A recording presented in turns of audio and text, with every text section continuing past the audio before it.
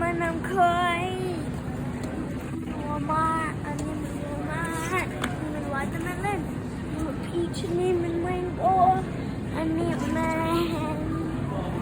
ะโวคาโด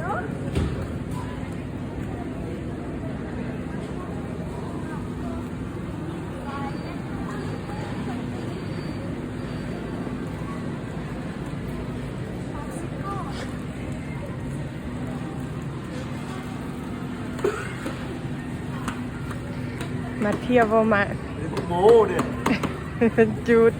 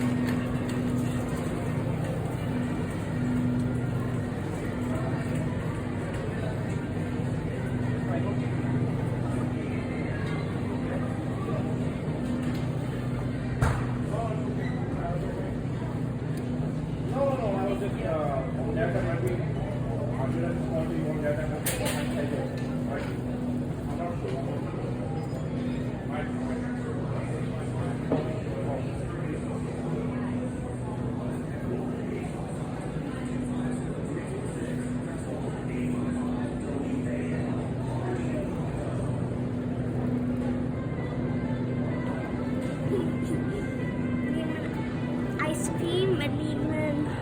แพนเค้ก